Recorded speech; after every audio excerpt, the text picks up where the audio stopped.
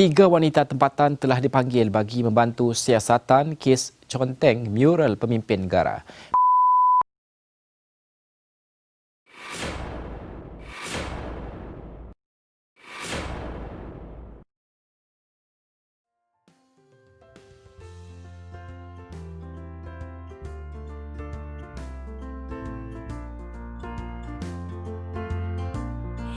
Pada pendapat saya, setiap rakyat di negara kita wajib patuh kepada prinsip rukun negara yang kedua, iaitu kesetiaan kepada raja dan negara. Ini menunjukkan bahawa kita taat kepada raja yang memerintah negara dan juga ketua negara. Baru-baru ini telah tularnya sebuah video yang menunjukkan individu telah menconteng lukisan mural yang di-Pertuan Agong dan pemimpin negara. Ini menunjukkan bahawa mereka tidak taat kepada raja. Malah perbuatan mereka itu seolah-olah langsung tidak menghormati raja dan pemimpin negara. Perbuatan ini berlaku disebabkan oleh tidak adanya perasaan cinta akan raja dan perbuatan itu tidak bertanggungjawab. Salam sejahtera.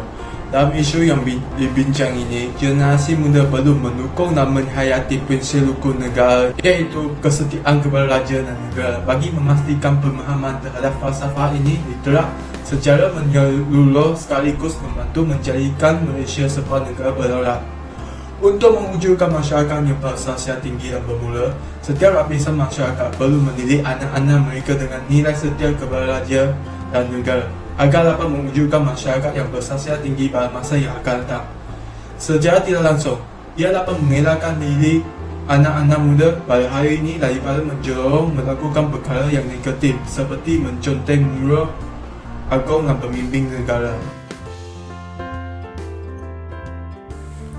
Kegiatan menconteng mural dapat dikaitkan dengan falsafah rukun negara yang keempat, iaitu kedaulatan undang-undang. Hal ini kerana undang-undang yang diwujudkan dapat mengelakkan daripada berlaku perkara yang tidak diingini seperti kekecohan dan kekacauan. Undang-undang yang diwujudkan adalah untuk membentuk masyarakat yang berdisiplin. Undang-undang yang dibentuk juga bukan untuk menghukum, tetapi untuk memastikan semua perkara dapat dilaksanakan dengan sempurna dan juga untuk mengelakkan daripada berlaku kegiatan yang tidak bermoral seperti vandalisme. Pelaku yang merosakkan harta benda awam dan tidak menghormati institusi beraja, mereka hendaklah dikenakan tindakan tata tertib mengikut undang-undang yang telah ditetapkan. Merujuk kepada tingkah laku menconteng mural yang dilakukan dalam artikel tersebut merupakan perbuatan yang bercanggah dengan prinsip rukun negara. Perbuatan ini boleh dikaitkan dengan prinsip rukun negara yang keempat, iaitu kedaulatan undang-undang. Hal ini kerana ia merupakan tindakan vandalisme dan juga menjatuhkan martabat pemimpin yang dilukis pada mural tersebut. Tingkah laku ini tidak akan terlepas dari undang-undang yang tertakluk dan akan dikenakan hukuman yang setimpal dengan perbuatan. Menconteng mural bukan salah satu medium untuk menunjukkan protes kepada pemimpin atau ketidakpuas hati. Ini kerana kepatuhan kepada prinsip rukun negara ini dituntut oleh semua rakyat dan juga pemimpin. Antara langkah bagi melahirkan rakyat Malaysia yang berakhlak mulia ialah dengan memberi didikan sejak dari kecil. Ibu bapa memainkan peranan yang penting dalam membentuk sasiah dan akhlak dalam diri anak-anak. Ibu bapa perlu menunjukkan sikap yang positif agar menjadi ikutan anak-anak sehingga mereka dewasa. Langkah yang kedua ialah melalui sistem pendidikan di sekolah. Sebagai contoh, subjek pendidikan sivik dan kewarganegaraan mengajar pelajar tentang ilmu adab dan sasiah. Walaupun subjek ini dilihat sebagai subjek yang tidak penting, tetapi sebaliknya dapat melahirkan generasi yang berakhlak mulia pada masa akan datang. Kesan rakyat Malaysia yang berakhlak mulia ialah mengukuhkan peribadi seseorang. Buktinya, kejadian conteng mural pemimpin negara yang berlaku baru-baru ini. Kejadian itu telah menunjukkan bahawa si pelaku tidak mempunyai peribadi yang kukuh. Seseorang yang tidak mempunyai peribadi yang kukuh cenderung untuk melakukan perkara-perkara negatif yang akan memalukan diri sendiri, keluarga, masyarakat dan negara kita. Seterusnya, elemen falsafah pendidikan kebangsaan yang boleh dikaitkan dalam isu ini adalah rakyat Malaysia yang bertanggungjawab. Tren remaja yang memberontak ataupun silent protest merupakan faktor utama yang menyebabkan mereka hilang nilai bertanggungjawab dalam diri.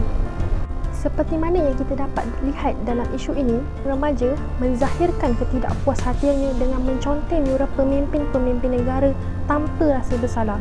Seseorang yang mempunyai nilai bertanggungjawab dalam diri tidak akan cenderung untuk melakukan perkara negatif seperti kegiatan vandalisme ini.